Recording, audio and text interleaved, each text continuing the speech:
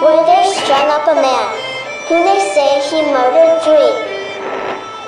Strange things have happened there. No stranger would it be if we met at midnight in the hanging tree.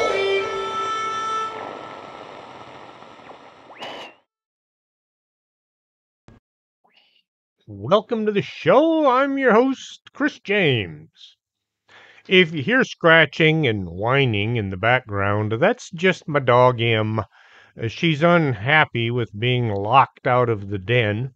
I had to take her out of the den because the yard guy's here mowing the lawn, and if she sees him through the window, she'll bark her head off. And well, I'd rather hear the whining and scratching than the barking and howling.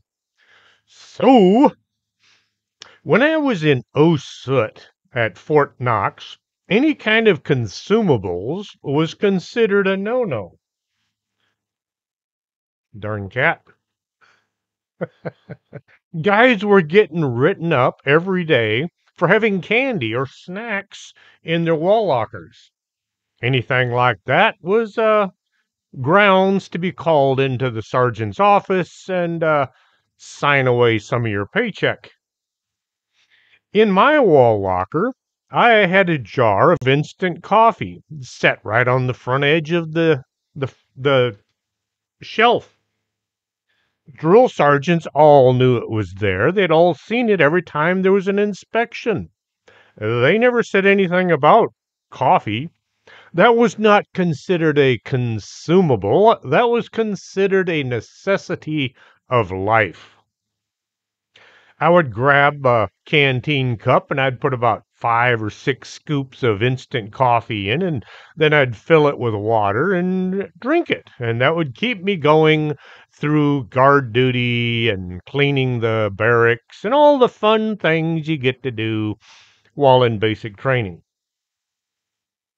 When we had field week, I discovered there were packets of coffee inside the MREs, meals rejected by Ethiopians. I got busy trading away all the chocolate bars and other kinds of junk for the coffee that other soldiers had in their meals. By the end of each day, I would have 10 or 15 packets of coffee, which I would then drink. Back then, I drank what I could get my hands on. Today, I drink nothing but the best coffee on the planet. Organic Man Coffee Trike 4501 McPherson. If you can't get there from wherever you're at, go to organicmancoffeetrike.shop. Vic Hermanson is putting out some bizarre shows, kind of like mine. He got a bit riled the other day about some clown accusing Captain Kangaroo of improprieties with the young children on his show. If you remember the captain, he didn't have any kids on his show. It was just a bunch of adults. It was a children's show, but there weren't any children on it. The person putting out that garbage apparently didn't know what he was talking about, seeing as there were no kids around for these improprieties to have been used on. The guy must not have known anything at all about Captain Kangaroo, which means he was obviously a scam artist of some kind. Vic made a few suggestions as to what should befall this rotten object and his videos. I agree wholeheartedly. These kinds of people are doing damage to others' reputations with zero consideration for the folks that they're talking about. I think that the relatives of the good captain should sue this guy, sue him into oblivion. If nothing else, teach the rest of the world a lesson. You don't just make up bad things about people that didn't do anything. Too many people will hear these things and think that it's true. They'll decide that even back in the old days, that society was rolling around in the gutter all the time, kind of like what's happening today. Maybe the garbage they're putting out is going to have an effect on a lot of people, and therefore it is truly a bad thing. Now, the First Amendment says you can say just about anything you want as long as it's not slander, which is what this guy is doing. I was listening to Josh Turner talk about werewolf encounters during World War II, and I got to thinking about other weird things that were reported from back in those horrible times. War, any war, be it a just war to throw out some megalomaniac intent on taking over the world, or some conflict to remove a duly elected president and replace him with some shill who's willing to work hand in hand with one of those alphabet agencies, war is very unpleasant, horrifying, in fact. Sherman said it best: war is hell. The men and women who put on their uniforms to do battle with men and women from the other side, they're not evil. They do evil things on occasion and suffer the rest of their lives knowing things the rest of us will never even dream of. The evil is usually found in offices of men and women who start these wars to make huge profits while others die. Politicians in the industrial military complex who never manage to wind up on the front lines and get shot at. Some really strange things have happened during these conflicts, things that nobody can explain.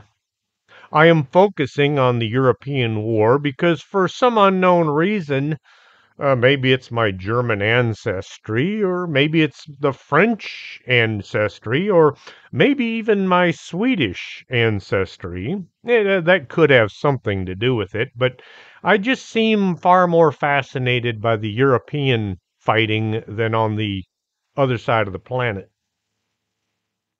The Nazis had invaded Poland, and Britain and the U.S. just kind of sat there not really caring about this act of aggression. Did you know that Adolf Hitler invented the Polak joke? When the Nazis began racing across France, the folks in London got excited because all that shooting and killing was now heading in their direction. The folks in Washington kind of took notice, still not their war. The people living in Jerusalem also took notice. What is kind of crazy is for the first few months of the war, Jewish people living in the Middle East were cheering for Hitler. The British were in charge of Jerusalem, and they weren't making any friends in the Jewish community. Anytime there was a conflict between the Jews and the Muslims, the British tended to side with the Muslims. This was probably because they had better parties, and they were always inviting the British soldiers to attend. This led to any time the Brits received a black eye, the folks whose families were being rounded up and sent to labor camps, better known as death camps, but nobody knew that yet. The Nazis were very good at convincing people they were doing nothing wrong. It wasn't until people were able to escape from these places and travel to Jerusalem and tell the truth, the folks living there decided that maybe this Hitler guy was evil. Roosevelt was doing just like his predecessor, Woodrow, saying that the U.S. was going to stay out of this war.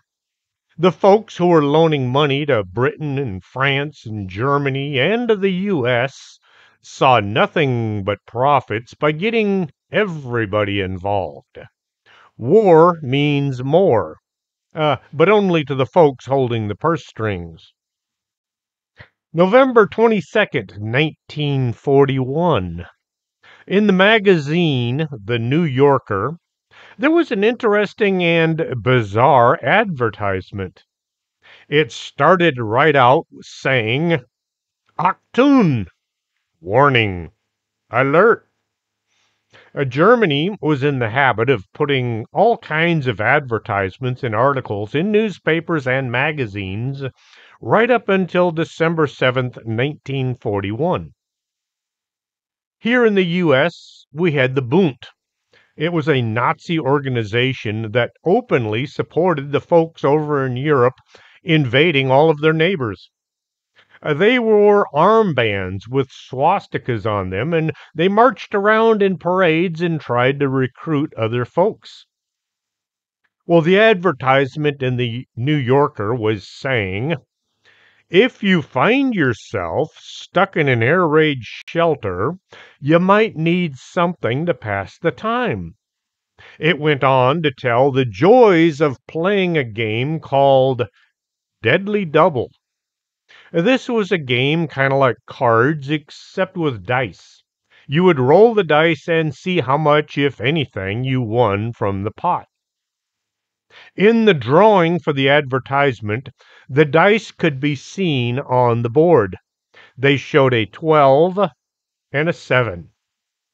Now, these weren't your normal dice that had 1 through 6 on them.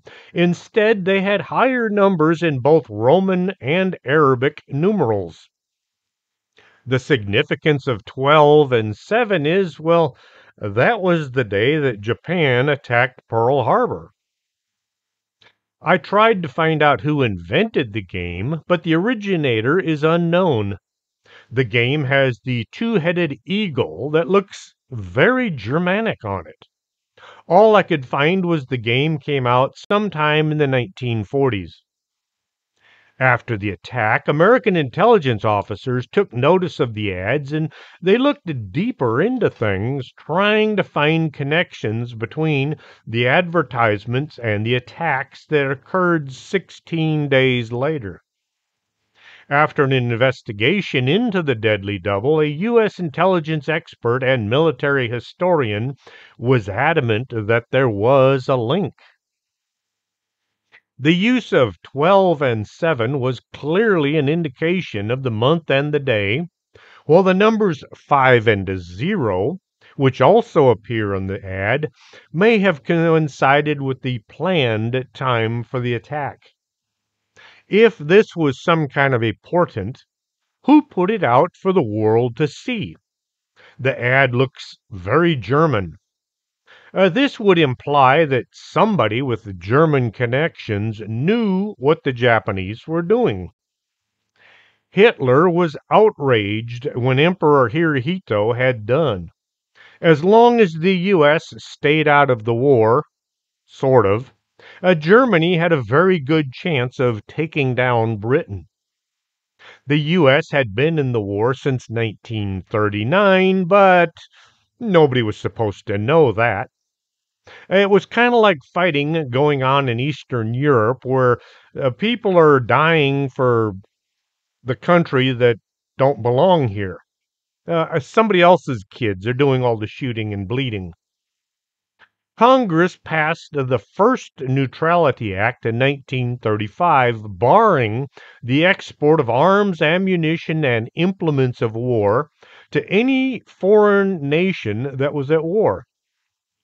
With the outbreak of the Spanish Civil War in 1936, isolationists in Congress amended the Neutrality Act in 1937 to include even more restrictions on foreign aid and civilian involvement in overseas conflicts. The Abraham Lincoln Brigade was really against the law, but it didn't stop them from going.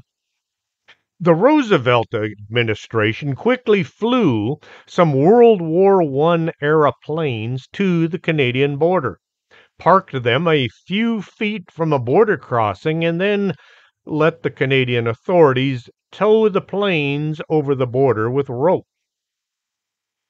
The cash and carry policy was enacted after Roosevelt pressured Congress to change the Neutrality Act. This meant foreign governments could buy American made munitions and airplanes, but they had to pay cash and they had to transport the equipment on their own ships. American politicians didn't want a repeat of what had happened in World War I. There are still a few countries over in Europe that owe the U.S. a bunch of money. By 1940, the Flying Tigers, a military air unit, was fighting the Japanese in China. They were all volunteers, so Washington could pretend they had nothing to do with them, even though all the manpower and equipment was coming straight from the U.S.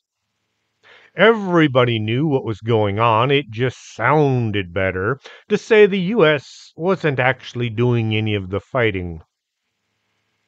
Emperor Hirohito wanted to invade all of the countries south of China. Britain and the U.S. considered some of these countries to belong to them. The best way to invade without someone's navy trying to intervene was to strike the first blow. Some folks sitting there and wondering how in the world could such a small country think they could take on the U.S. After the war to end all wars, the British and the U.S. focused on world peace. They downsized the military and they left the navies to just kind of float around without too many improvements. Japan began preparing for war at the end of World War I, just like Germany. The odd thing is, Germany had been an ally of the U.S. and Britain during the first go-round. The attack at Pearl Harbor was supposed to disable the Navy and keep the U.S. from being able to stop the invasion of all the countries that had very few military personnel.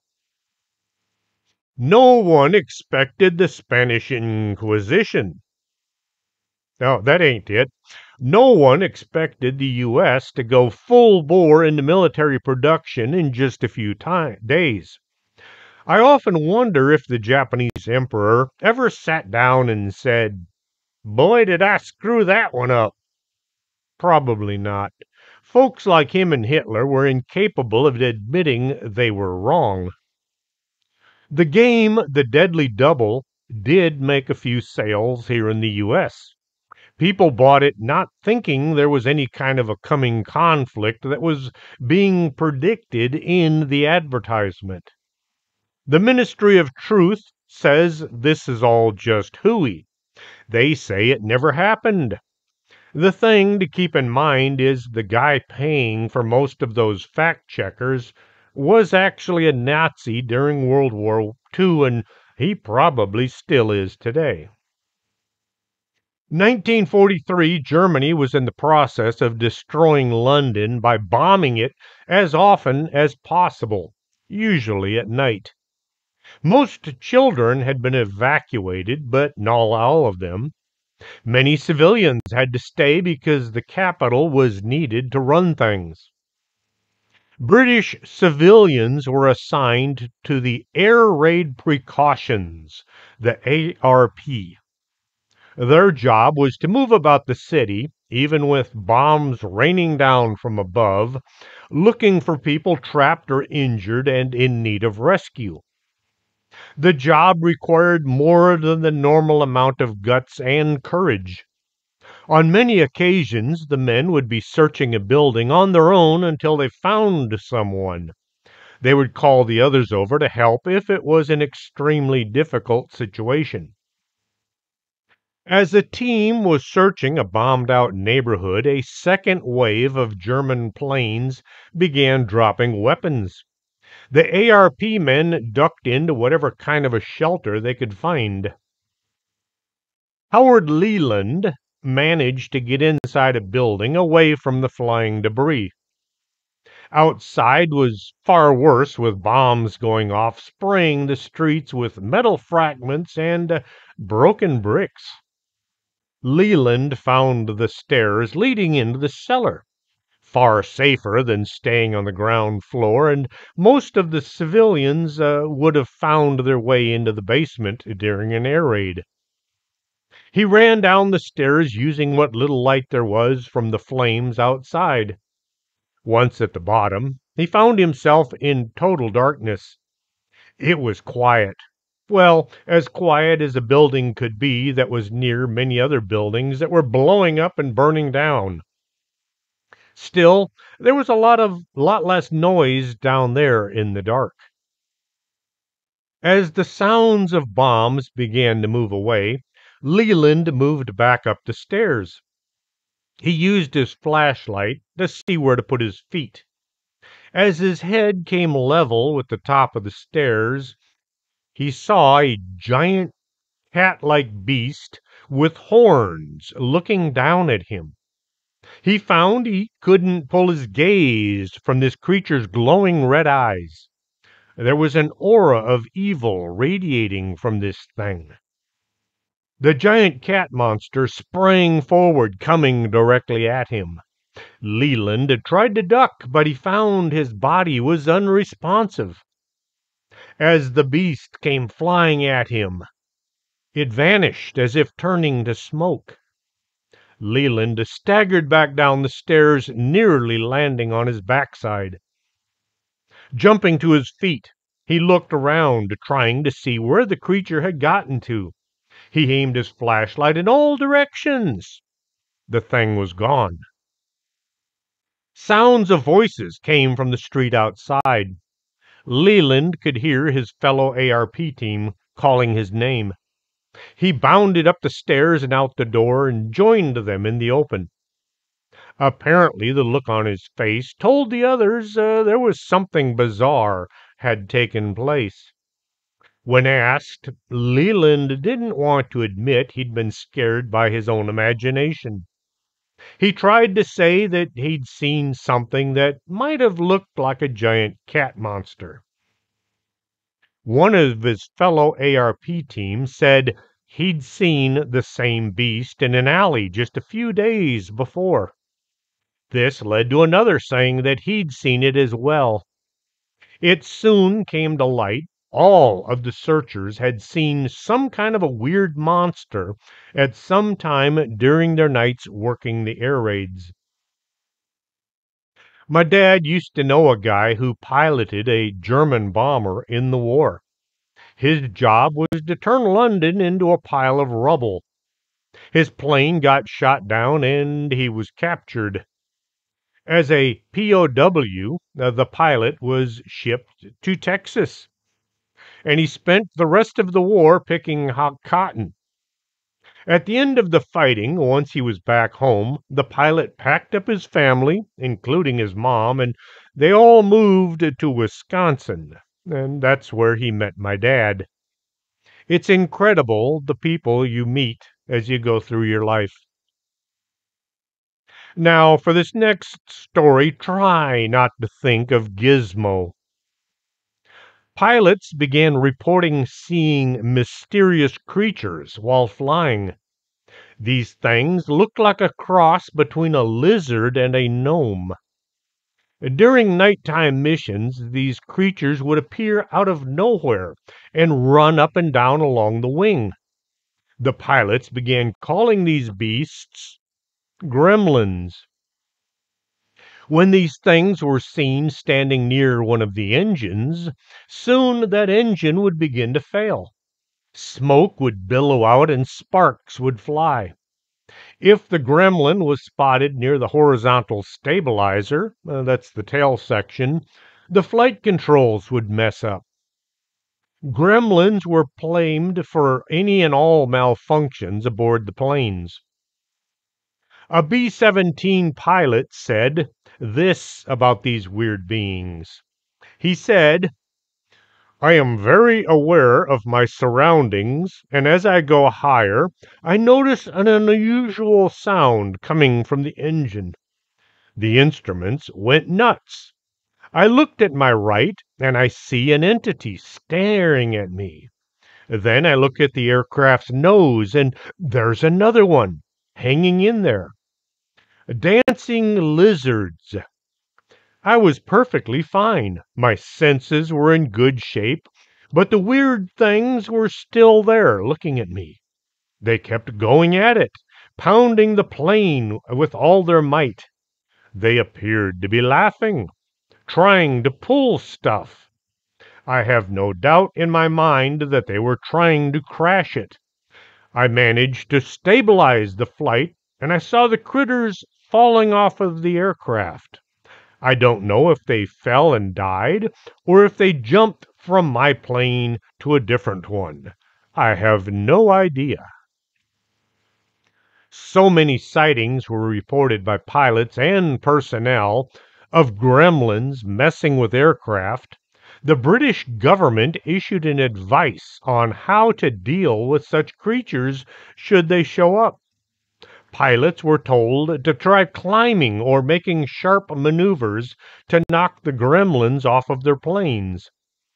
The pilots and air crews were told that the government was now building planes with rounder edges as opposed to the straight ones that would give these beings fewer places to hide and essentially leave them unable to gain traction on the aircraft and terrorize the pilots and crews.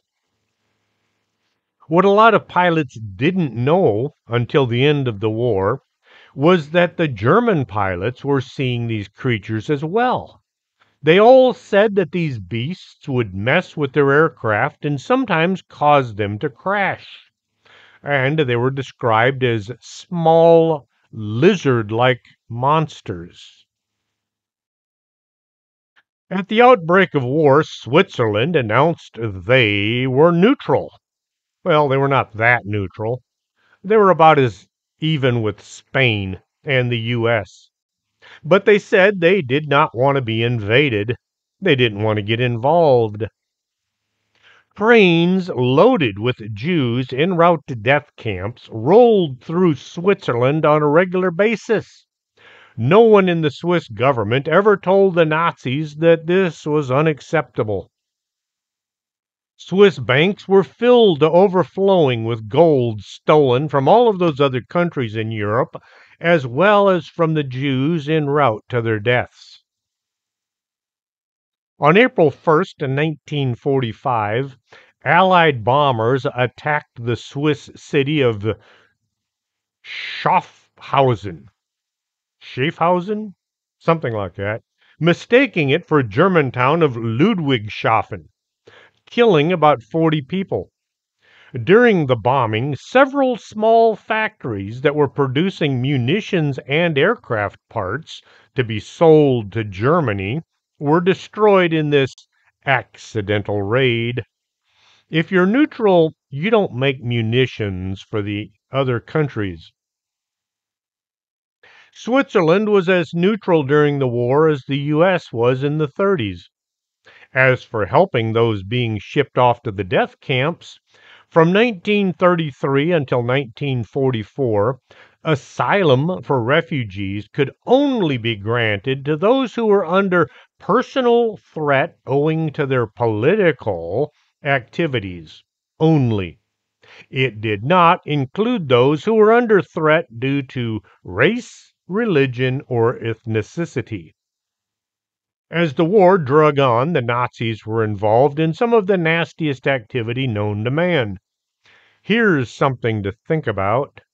Had the Nazis behaved themselves as the German army swept over the border into Russia, the folks in Russia would probably all be speaking German today. The German army was greeted as a liberating force by the people of Russia. This should give you an idea just how bad Stalin was. As the German army moved farther east, the Nazis began rounding up people they didn't like and killing them. Well, the folks in Switzerland, not the government, the people with no say in who was helped and who got thrown to the lions, were being threatened as battle got closer to the borders. The British sent in some troops to protect some of the villages close to the German border. The Swiss government ordered all military to not engage with the Germans, but to make slow strategic retreats as they encountered hostilities. I guess you're supposed to jump out of your ditch and yell, "Run away!" like King Arthur. In 1943, a unit of British Army found themselves in a small village in the Swiss Alps. The soldiers there had been in some of the fighting, and they must have found this an oasis from all the killing and destruction. The village consisted of about 500 people in it or in the vicinity. This village was in the mountains, away from any major roads, with lousy communications from there to the larger cities. In December, the village and all those in it were snowed in, making travel near impossible. Nobody could get in to attack them, but nobody could get out either. One of the worst things for morale is inactivity. Sitting around with nothing to do will stir up trouble. Armed men can get into a lot of trouble in a very short period of time. To keep the troops active, they were assigned patrols and guard duty. They had trouble walking through the snow, but it kept them out of real trouble. About once a week, troops would be allowed to have a little R&R in the village bar. The locals grew up speaking German, French, and Italian, depending on which border they lived by. English wasn't learned by any of them. Sign language of sorts was the way to communicate. You walk up to the bar and you raise one finger or four fingers, and the barkeep would bring you the appropriate number of beers. The villagers discovered there was a problem. Children were turning up missing. They had no means of looking into things, so they took their troubles to the military. Not being able to speak English, they did their best to convey there was something needing looking into, until they discovered that one of the Brits spoke German. The missing kids were considered quite a problem. High in the mountains, in deep snow, kids could get hurt or killed. Once the main problem was understood, the villagers were taken to visit the captain. The villagers said right after the army arrived, things began to go missing. Homes were broken into and valuables taken. It kind of looked as if the British had brought the problems to the village.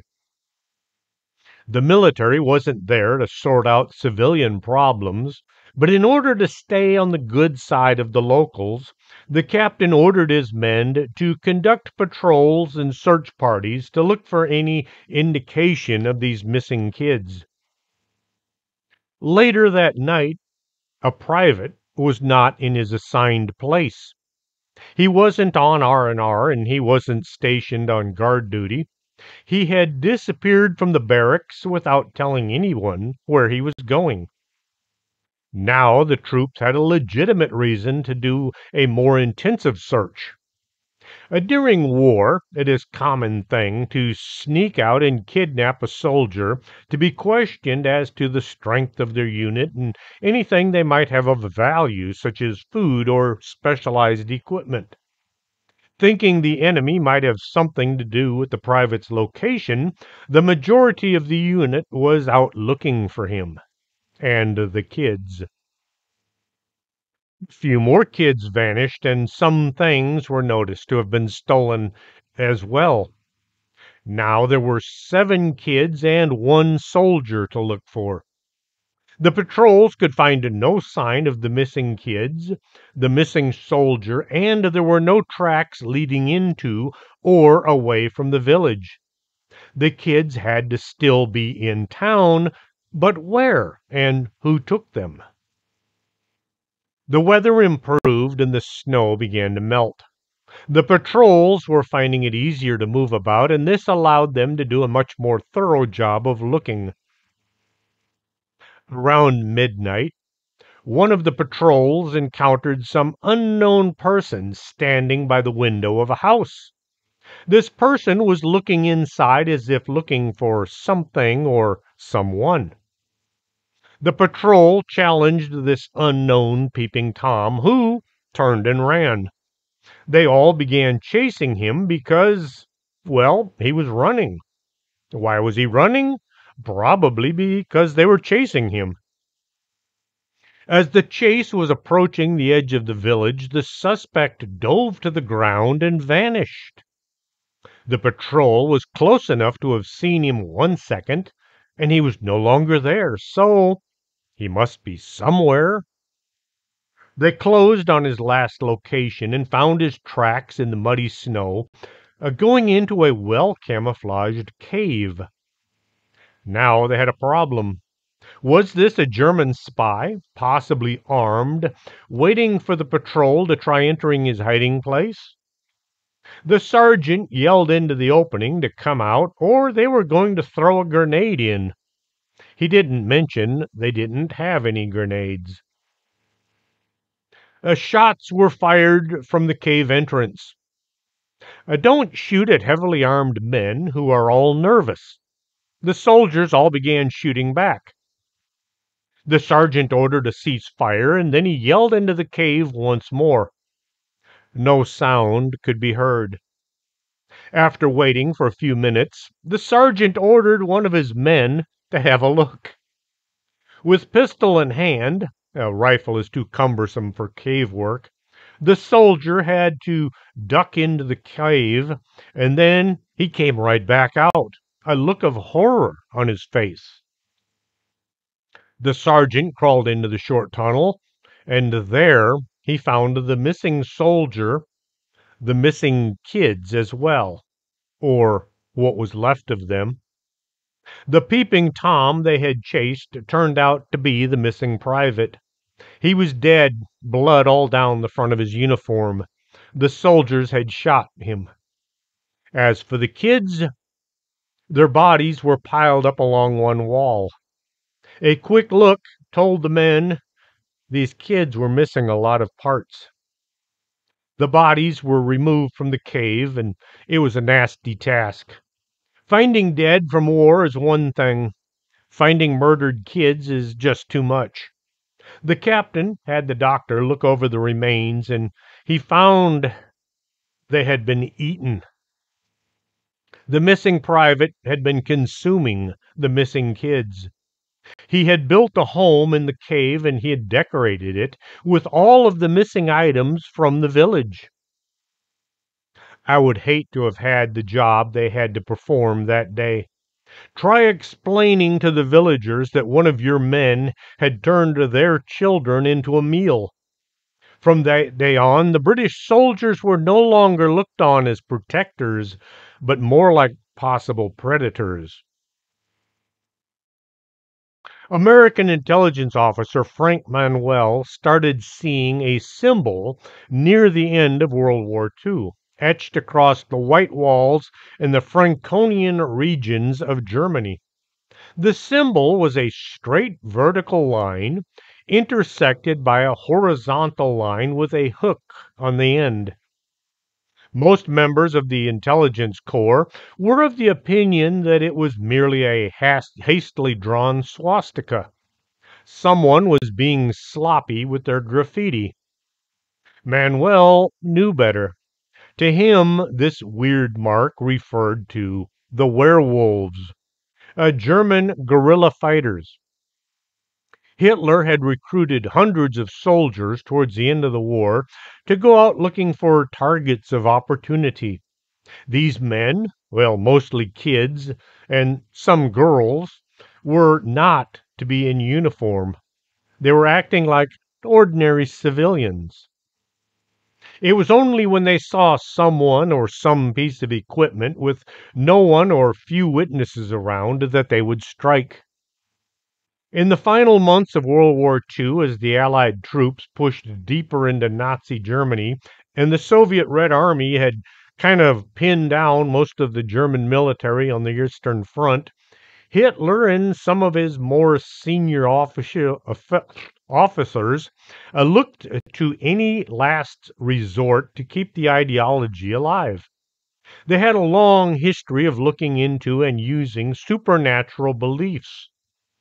Now that the end was near, they decided to use the paranormal beliefs in werewolves and monsters to confuse and demoralize the Allies. The Nazis created two separate lupine units. One was an official group of paramilitary soldiers, and the other a kind of a assemblage of partisan fighters uh, out of uniform. Though neither achieved a real monumental gains, both proved the effectiveness of propaganda in sowing terror and demoralizing the soldiers of the other armies. From the years between the wars, Hitler pulled from Germanic folklore and occult legends to supplement Nazi propaganda. High level Nazis researched everything from the Holy Grail to witchcraft. The Ahnenerbe went searching for holy relics that were said to hold great power. Objects like the Spear of Destiny and the Holy Grail and the Ark of the Covenant were all on their list of treasures to be found and brought back to Nazi Germany. SS men were told to take their dates to graveyards where Vikings had been buried so that the spirits there might enter the soon to be impregnated woman. All manner of ritual was performed to make the Nazis and the SS believe they were somehow chosen to win despite all odds. Superpowers for superhumans. One tactic that really put the Allies in a bind was when word was being spread by English-speaking German soldiers. There was a huge unit of German soldiers dressed as Americans en route to Paris, where they were going to kill Eisenhower. Many German soldiers spoke near perfect Americanized English. Anyone with this ability had been sent to a special training camp where they were dressed in American uniforms, they used American equipment, and they were taught all manner of American idioms. When asked what their plan was, these soldiers were told that they were to be sent to Paris in order to take out the supreme commander of the Allied forces. As the soldiers were being selected for a special purpose, the rest were returned to their home units. German soldiers were being captured right and left, and as they were being questioned, well, some of them would kind of brag about having been in a special unit that was trained to attack Allied headquarters in Paris.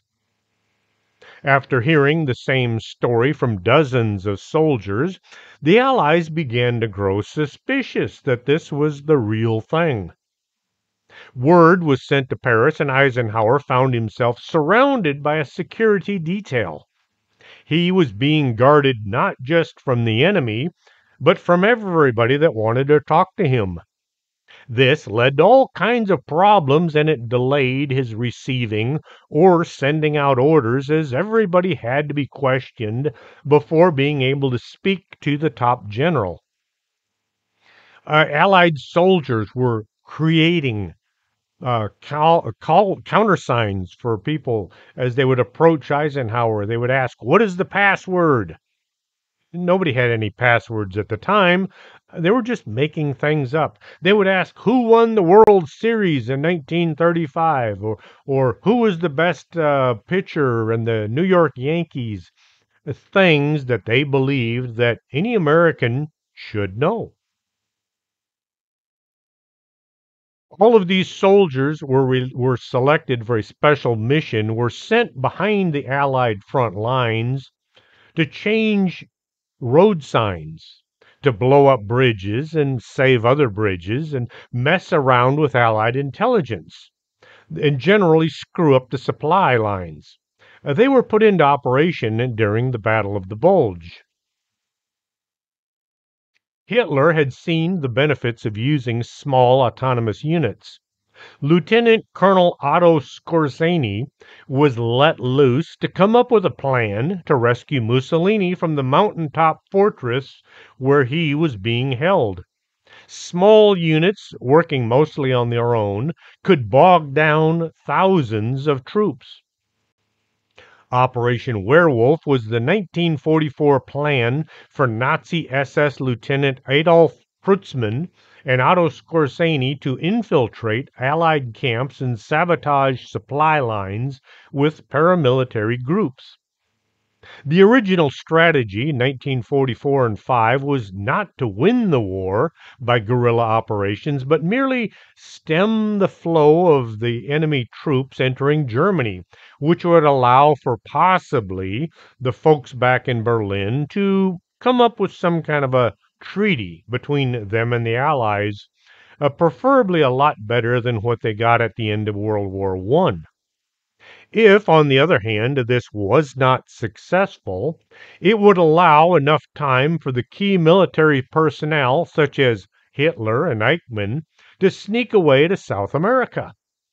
The werewolves were told they would receive special super weapons to use against the Allies. By the time they were deployed, the weapons available were mostly just rifles and a few explosives. Plus, as the units were away from Berlin, there was no way of contacting them in case their orders had been changed. Once set to some remote location, they couldn't be reassigned to new areas where the Allies had moved into. The second attempt at recruiting werewolves came from Minister of Propaganda Joseph Goebbels, and this time it was far more successful. Beginning early 1945, national radio broadcasts urged German civilians to join the werewolf movement, fighting the Allies and any German collaborators who welcomed the enemies into their homes. One female broadcaster claimed, and I cannot do female voices, "I am so savage, I am willing to fight with rage. Lily the werewolf is my name. I bite, I eat, I am not tame. My werewolf teeth bite the enemy." Okay, like I said, I can't do a female voice, but that's what she said over the radio. Most German civilians were too exhausted by the war's end to join up with these fanatical crusades. Hitler had rounded up as many kids as he could find, and after they had been indoctrinated for years, they were willing to die for their Fuhrer. Werewolf snipers occasionally fired on Allied soldiers. Assassins killed many German mayors who were working with the Allied occupiers. The citizens kept caches of weapons in the forest near their villages just in case they decided to use them. General Patton had said that the threat of werewolves and murder was a bunch of bunk. The American media and the military took the threat of partisan fighters a lot more seriously. One U.S. intelligence report from May 1945 asserted, "The werewolf organization is not a myth." Some American authorities saw these bands of guerrilla fighters as one of the greatest threats to security in both the American and the Allied zones of occupation. Newspapers ran headlines like "Fury of Nazi Werewolves to be Unleashed on the Invaders," and wrote about the army of civilians who would frighten away the conquerors of the Third Reich before they had time to taste the sweets of victory. An orientation film screened for GIs in 1945 warned against fraternizing with enemy civilians, while the printed Pocket Guide for Germany emphasized the need for caution when dealing with any young German teenagers. Soldiers on the ground reacted strongly to any hint of subterfuge. In June 1945, two German teenagers, Heinz Petri and Joseph Schroner, were executed by American firing squad for espionage against the U.S. military. Local acts of terror continued through 1947, and several thousand casualties resulted from werewolf activity, either directly or from reprisal killings. As Germany slowly returned to stability, fewer and fewer partisan attacks took place. Within a few years, the Nazi werewolves were no more than a memory left from much larger nightmare of the war. Don't get the werewolf units recruited at the end of the war confused with real werewolf attacks. All along the Eastern Front, both soldiers and civilians were being attacked by some unknown monster. If you want to learn more about these attacks, check out Josh Turner, Paranormal Roundtable. He has some really weird stories. Werewolf attacks during World War II, I believe it's called. There were evil deeds done by both sides. In battle, rules are only followed by those in the rear with the gear. Nobody knows what they will do until the bullets begin flying and those around you are dying. Seeing your best friends die at the hands of the enemy can turn the most kind-hearted soldier into revenge-seeking killers. In the early hours of June 6, 1944, thousands of Allied paratroopers were dropped behind enemy lines in anticipation of the invasion of Normandy. One of the main objects of the 101st Airborne was to capture a small village of Angoville-Haut-Plan. I don't speak French, even though my great-grandfather was from France.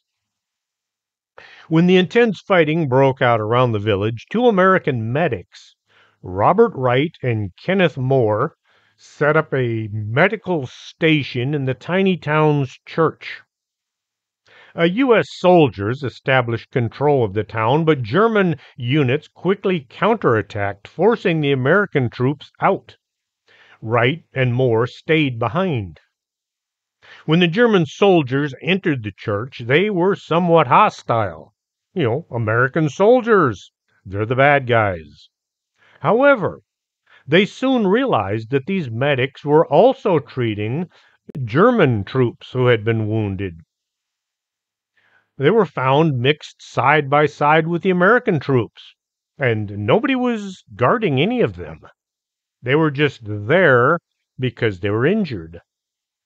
The Germans posted a Red Cross flag at the entrance. They left the two medics there to do their jobs. For 3 days, the fighting raged on, and the village changed hands several times. The two medics toiled away, saving the lives of 80 soldiers, both U.S. and German, as well as a few civilians who had been injured. Today, all the stained glass windows in the church that were destroyed in the fighting back in the 40s have been replaced. All the stained glass show images of Wright and Moore and the 101st Airborne doing their best to save lives. A tank is a powerful weapon that can reach out and touch the enemy. Don't know where that came from. Bullets bounce off, and most small weapons have little to no effect on them. I like being a tanker, but a tank itself is a huge target. A 50 caliber anti-tank gun could punch a hole right through the armor. The track was especially vulnerable. The enemy knew this, and so tanks always traveled with infantry. As the Allies moved east en route to Berlin, any towns and villages had to be cleared. The tanks could roll down the main street only once the ground pounders had checked for sappers. Hitler had created the werewolves, and the Allies knew they were out there waiting. The werewolves would move about, supposedly equipped with advanced weapons, and do their best to destroy Allied units. In reality, the equipment issued was nothing new, and so close to the end of the fighting, there was hardly anything left. A unit was passing through a village, and the foot soldiers were tasked with entering all the buildings and searching for hostiles. They had to check every room in every building. Enemy soldiers could slip behind the front lines and create a huge catastrophe for everyone. If you wanted your dinner to reach you at the front, you had to secure the area for the supply trains.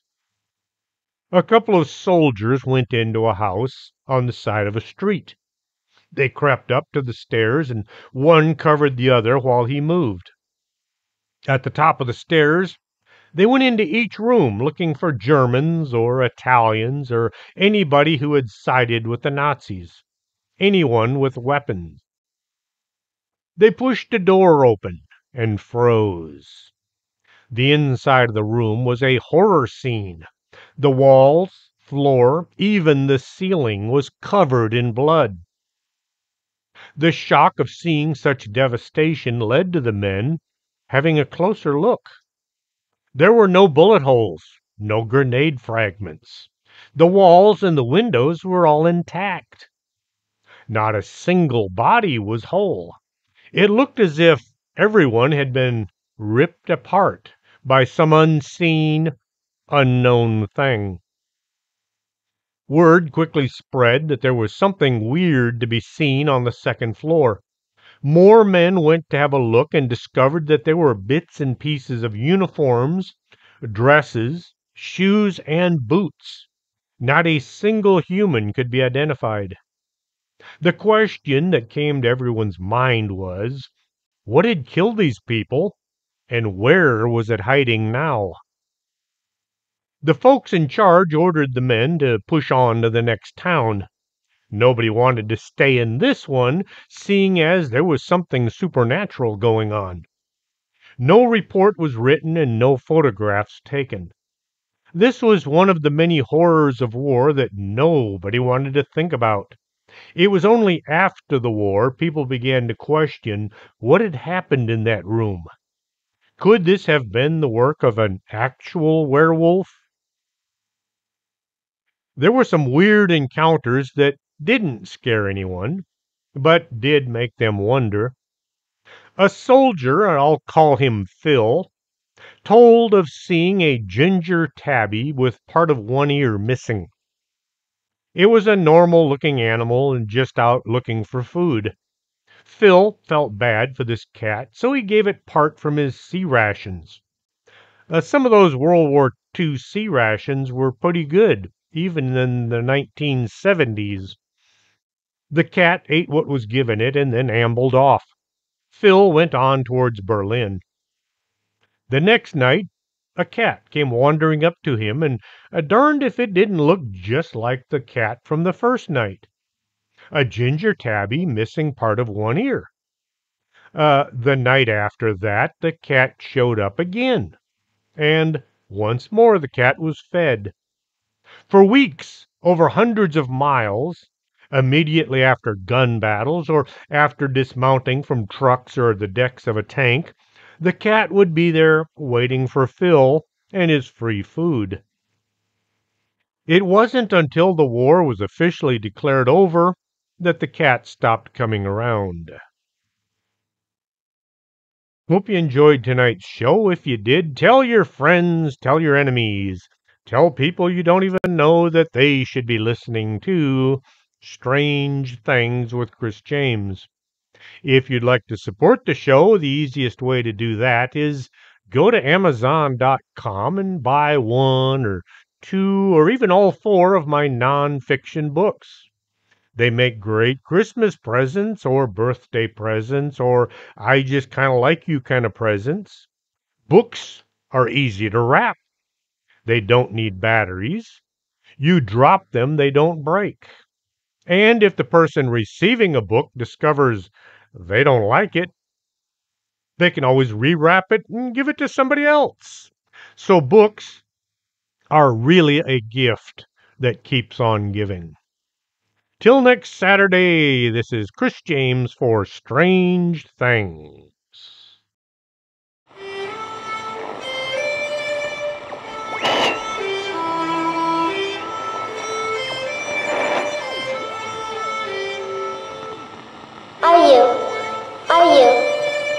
coming to the tree, where there strung up a man, who they say he murdered 3. Strange things have happened there. No stranger would it be if we met at midnight in the hanging tree.